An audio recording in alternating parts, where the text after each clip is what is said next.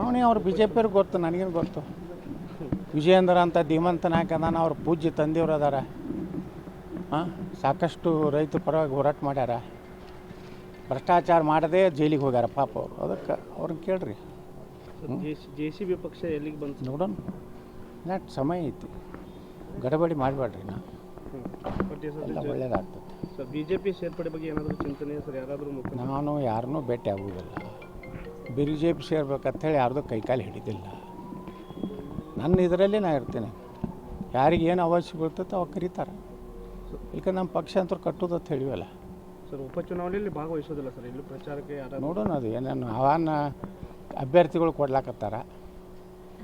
ನಾನು ಎಲ್ಲ ಅಲ್ಲಿ ಕಾರ್ಯಕರ್ತರು ಚರ್ಚೆ ಮಾಡಿ ನಮಗೆ ಕಾಂಗ್ರೆಸ್ ಸೋಲಿಸ್ಬೇಕಾಗಿತ್ತು. ಭ್ರಷ್ಟ ಕಾಂಗ್ರೆಸ್ಸು, ಸಾಬರ ಕಾಂಗ್ರೆಸ್ಸಲ್ಲಿ ಸೋಲಿಸ್ಬೇಕಾಗಿತ್ತು ಅಷ್ಟೇ. ಇದು ಪಾಕಿಸ್ತಾನದಾಗಿನ ಒಂದು ಗೌರ್ಮೆಂಟ್ ಇದ್ದಂಗೆ ಐತೆ ನಮ್ಮ ಸಿದ್ದರಾಮಯ್ಯ ಸಾಕು. ಮನೆ ಬಜೆಟ್ ಓದಿರಲಿ ನೀವು ಎಲ್ಲ ಅವರಿಗೆ, ಅವರ ಹೆಣ್ಮಕ್ಳಿಗೆ ಕರಾಟೆ ಕಲಿಸ್ತಾ ಅಂತ. ಅಲ್ಲಿಂದ ಎಲ್ಲ PSI ಇದು ಮುಸ್ಲಿಮರಿಗೆ ಟ್ರೈನಿಂಗ್ ಕೊಡ್ತಾ ಅಂತ. ಮುಸ್ಲಿಂ ಹೆಣ್ಮಕ್ಳಿಗೆ ಕರಾಟೆ ಕಲಿಸ್ತಾ ಅಂತ. 100 CBSE ಸ್ಕೂಲ್ ಮಾಡ್ತಾ ಇರುತ್ತೆ. ಉರ್ದು ಶಾಲೆಗೆ ಪ್ರೋತ್ಸಾಹ ಕೊಡ್ತಾ ಇರುತ್ತೆ. ಇದು ಒಬ್ಬ ರಾಜ್ಯದ ಮುಖ್ಯಮಂತ್ರಿ ಮಾಡುವಂಥ ಬಜೆಟ್ ಆಯಿತು. ಪಾಕಿಸ್ತಾನದಾಗೂ ಸಹಿತ ಇಟ್ಟು ಕೊಟ್ಟಿರಲಿಕ್ಕಿಲ್ಲ. ಇದು ದುರಂತ. ಇದು ಇಂಥ ಮುಖ್ಯಮಂತ್ರಿ ಆಗಿದ್ದು, ಇಂಥ ಸರ್ಕಾರ ಇದ್ದಿದ್ದು. ಈ ಸರ್ಕಾರ ಹೋಗ್ಬೇಕಾಯ್ತು ಕರ್ನಾಟಕದಾಗ. ಈ ಸರ್ಕಾರ ಹೋದ್ಮಾಗ ಭ್ರಷ್ಟ ಮಾಜಿ ಮುಖ್ಯಮಂತ್ರಿ ಮಗ ಬರಬಾರ್ದು, ಅದು ಒಂದು ಚಿಂತೆ ನಮಗೆ. ಅದಕ್ಕೆ ಯಾವ ರೀತಿ? ಯಾವನೂ ಮಹಾಭ್ರಷ್ಟ, ಇವರು ಮಹಾಭ್ರಷ್ಟ. ಜನ ಏನು ಮಾಡ್ಬೇಕು ಅಲ್ಲಿಂದ? ಅದಕ್ಕೆ ಮ್ಯಾಗಿನವ್ರು ಅದಾರಲ್ಲ ಹೈಕಮಾಂಡ್ BJP ಅವರು. ಇಂಥ ಭ್ರಷ್ಟ ಮುಖ್ಯಮಂತ್ರಿ ಇದ್ದಾಗಲೇ ರಾಜ್ಯ ಜೈಲಿಗೆ ಹೋಗೋ ಪರಿಸ್ಥಿತಿ ಬಂದತ್ತು BJPಗೆ.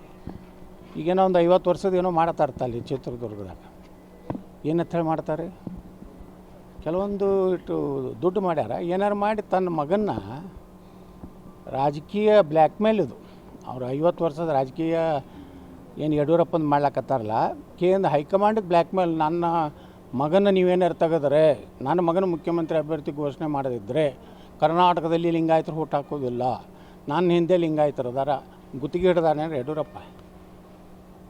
ಯಾರೂ ಇಲ್ಲ, ಸುಮ್ಮನೆ ಹವಾ ಅಲ್ಲೇ ಐತಿ ದಿಲ್ಲಿ ಒಳಗೆ.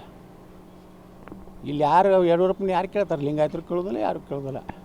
ಏನು ಲಿಂಗಾಯತರಿಗೆ ಮಾಡಿದ್ದಾದವ್ರು ಏನು?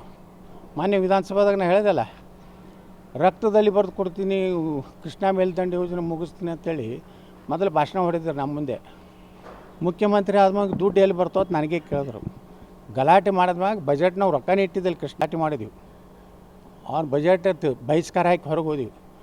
ಮರುದಿವಸ ಸುಮ್ಮನೆ ಬಂದು ಮುಖ್ಯಮಂತ್ರಿ ಯಡಿಯೂರಪ್ಪ 10,000 ಕೋಟಿ ಕೊಡ್ತೀನಿ ಅಂದು, ಇನ್ನೂವರೆಗೂ ಕೊಡಲಿಲ್ಲ. ಇವರು ಅದೇ ಸಿದ್ದರಾಮಯ್ಯನೂ ಅದೇ ಮಾಡಿದ್ರು. ಹೀಗಾಗಿ ಕರ್ನಾಟಕ, ಅದರಲ್ಲಿ ಉತ್ತರ ಕರ್ನಾಟಕಕ್ಕೂ ಈ ಎರಡೂ ಪಾರ್ಟಿದಿಂದ ಇವತ್ತು ಹಾನಿಯಾಗಿದೆ. ಮೊನ್ನೆ ಮಾತಾಡಿದ್ರೆ ಸರ್, ಒಂದು ಮುಸ್ಲಿಂ ಸಮಾಜ ಮತಗಳು ನಮಗೆ ಬೇಡ ಅಂತ ಹೇಳಿ ಸರ್. ಹೌದು, ನಾ ಬೇಡ ಅಂತ ಹೇಳೀನಿ. ಏನು ಹಾಕ್ತಾರ ಹೇಳ್ರಪ್ಪ? ಕರ್ನಾಟಕ BJPಯವ್ರಿಗೆ ಎಷ್ಟು ಓಟ್ ತೊಗೊಂಡಾರ? ಹಾಕೋದಿಲ್ಲ. ಸುಮ್ಮನೆ ನೀವು ಹೋಗಿ ಅವ್ರಿಗೆ ಯಾಕೆ ಕೈಕಾಲು ಮುಗಿದು? ಇನ್ನು ನಮ್ಮ ಮಂದಿ ಕೈಕಾಲು ಮುಗಿದ್ರೆ ಒಂದು 10 ಓಟ್ ಬರ್ತಾವೆ. ಒಂದು 10 ಮಂದಿಗೆ ನಮ್ಮವ್ರನಿಗೆ ಹೋಗಿ ಕೈಕಾಲು ಹಿಡಿದ್ರೆ 7 ಓಟ್ ಹಾಕ್ತಾರೆ. ಪಾಪ ಬಂದು ಗೌಡ ನಮ್ಮ ಕಾಲು ಹಿಡ್ದಾನಪ್ಪ, ಒಂದು ಓಟ್ ಹಾಕೋನಂತೇಳಿ ಅವ್ರು ಹಾಕ್ತಾರೆ. ಅವರು OSCನೇ ಬಂದು BJPಗೆ ಓಟ್ ಹಾಕಂದ್ರೆ ಹಾಕೋದಿಲ್ಲ. ಮೊಹಮ್ಮದ್ ಅಲಿ ಜಿನ್ನಾತ್ ಇದ್ದಲ್ರಿ ಪಾಕಿಸ್ತಾನ, ಅವ ಏನೇನು ಹುಟ್ಟಿ ಬಂದು BJPಗೆ ಡಾಲ್ ಒಂದು ಸ್ಕೀಮ್ ಹಾಕ ಚಲೋ ಅತ್ತಾರ ಅವರು. ಜೂಟ್ BJP ವಾಲ ಹೋಗಿ ಎತ್ತದ. ಇವಾಗ ನಮ್ಮ BJPಗೆ ಹುಚ್ಚುಗಳಿಗೆ ದಾವಣಗೆರೆಗೇನು 2 ದಿವಸ ಕತ್ತಿ ಹೊಡೆದ್ರು. ಮುಸ್ಲಿಮರೆಲ್ಲ BJPಗೆ ಓಟ್ ಹಾಕೋತಾರೆ. ಮೋದಿಯವರು 10 ವರ್ಷ ಆದರೂ ಇನ್ನೂ ಮುಸ್ಲಿಮ್ಗಳಾಗೆಲ್ಲ, ಅದಕ್ಕೆ ನಾವು ಮುಸಲ್ಮಾನರು ಓಟ್ ಹಾಕ್ತೀವಿ ಅಂತ ಹೇಳಿದ್ರು. ನಿನ್ನೆ ಸಿದ್ದರಾಮಯ್ಯವ್ರ ಬಳಿ ಹೋಗಿ ಪ್ಯಾಕೇಜ್ ಆಯಿತು, ಮುಗೀತು. ನೋಡ್ರಿ ಅವೇನಪ್ಪ, ನೀವು ಉಳ್ಕಿಂದಿರ್ತಾವಲ್ಲ ಮುಸಲ್ಮಾನರ ಕ್ಯಾಂಡಿಡೇಟ 5, 10, 15, 100 ತೊಗೋತಾರೆ. ನೋಡಕತ್ತಾರೆ ನಮ್ಮಂಗೆ ಹಿಂದೂಗಳಂಗೆ ಹುಚ್ಚನು. ಬಿಜಾಪುರನಾಗ ಮುಸ್ಲಿಮ್ ಏರಿಯಾದಾಗ ಬೂತ್ ಅದಾವೆ, ನಮ್ಮ ಒಂದು 80 ಬೂತ್ ಅದಾವೆ. 99% ಮುಸ್ಲಿಮ್ರು ಅದಾರ. ಅಲ್ಲಿ ನನಗೆ ಎಷ್ಟು ಓಟ್ ಬೀಳ್ತಾ ಕೊಡ್ತೈತೆ? 1, 2, 3. ಅವು ಎಲ್ಲರೂ ನಮ್ಮ ಹಿಂದೂಗಳು ಅಲ್ಲಿ ಇಲ್ಲಿ ಒಬ್ಬೊಬ್ಬರು ಒಂದೊಂದು ಮನೆ ಇರ್ತಾವಲ್ಲ, ಒಳಗೊಂದೊಂದು ಮನೆ ಸೇರಿರ್ತಾವೆ. ಅಂಥ ಒಂದು 2, 3 ಬಿದ್ದಾವೆ. ತೊಗೊಲಿ, ಯಡಿಯೂರಪ್ಪ ವಿಜೇಂದ್ರ ಹೋಗಿ ಮುಸಲ್ಮಾನರ ಏರಿಯಾದಾಗ ಅಡ್ಡಾಡಲಿ, ತೊಗೊಂಡು ಬರಲಿ, ನೋಡೋಣ. ಪ್ರದೀಪ್ ಈಶ್ವರ್ಗೆ ಚಪ್ಪಲಿ ತೋರಿಸಿರುವಂಥದ್ದು ಆ ಜೋಕರ್ ಬಗ್ಗೆ ಏನೂ ಕೇಳಬೇಡಿ ನೀವು. ಯಾಕೆ ಜೋಕರ್? ನಿಮ್ದೇನು ಅಡ್ವರ್ಟೈಸ್ಮೆಂಟ್ ಕೊಡ್ತಾರೆ? ನಿಮ್ದು ಯಾವ ಚಾನಲ್?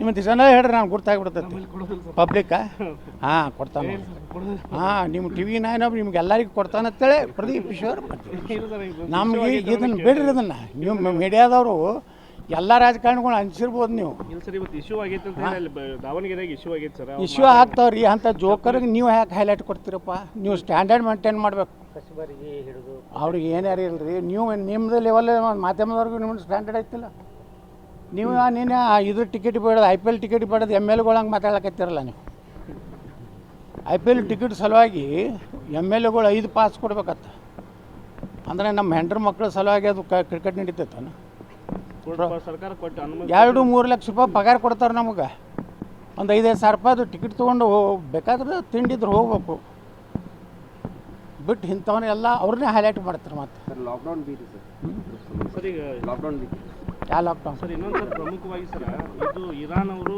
ಮೋದಿಯವರಿಗೆ ಇದು ಕೊಡಬೇಕು ಮಾತುಕತೆಗೆ ಅವಕಾಶ ಕೊಡಬೇಕು ಅವ್ರ ಭರವಸೆ ಇದೆ ಅಂತ ಹೇಳ್ತಾ ಇದ್ದಾರೆ ನೋಡಿರಿ ಮೋದಿಯವರು ಇವತ್ತು ವಿಶ್ವ ನಾಯಕರು ಇಡೀ ಜಗತ್ತು ನರೇಂದ್ರ ಮೋದಿಯವ್ರನ್ನ ಅಮೇರಿಕಾ ಹಿಡಿದು ರಷ್ಯಾ ಹಿಡಿದು ಎಲ್ಲರೂ ಒಪ್ಕೊಂಡಾರ ಮತ್ತು ಮೋದಿಯವ್ರ ಮ್ಯಾಗ ವಿಶ್ವಾಸ ಇದೆ ಮತ್ತು ಭಾರತದ ಮ್ಯಾಗ ಯಾವಾಗಲೂ ವಿಶ್ವಾಸ ನೋಡಿರಿ ಇಲ್ಲಿ ಇಸ್ರೇಲ್ದವ್ರದ್ದು ವಿಶ್ವಾಸ ಗಳಿಸೀವಿ ಇರಾನ್ದಾಗೂ ವಿಶ್ವಾಸ ಗಳಿಸೀವಿ ಅಮೇರಿಕಾ ಜೋಡನೂ ದೋಸ್ತಿ ಐತಿ ರಷ್ಯಾ ಜೋಡನೂ ದೋಸ್ತಿ ಐತಿ ಅದು ನರೇಂದ್ರ ಮೋದಿಯವ್ರ ತಾಕತ್ತು ಅದು ಏನು ಚಪ್ಪನ್ ಇಂಚತ್ತೀವಲ್ಲ ಮೋದಿಯವ್ರು ಅದಾರ ಅನ್ನೋದು ಈ ಹುಚ್ಚ ರಾಹುಲ್ ಗಾಂಧಿ ಅಂತವ್ರು ತಿಳ್ಕೋಬೇಕು. ಕರ್ನಾಟಕ ನ್ಯೂಸ್ ಬೀಟ್ ಫಾಲೋ ಮಾಡಿ, ಸಬ್ಸ್ಕ್ರೈಬ್ ಮಾಡಿ.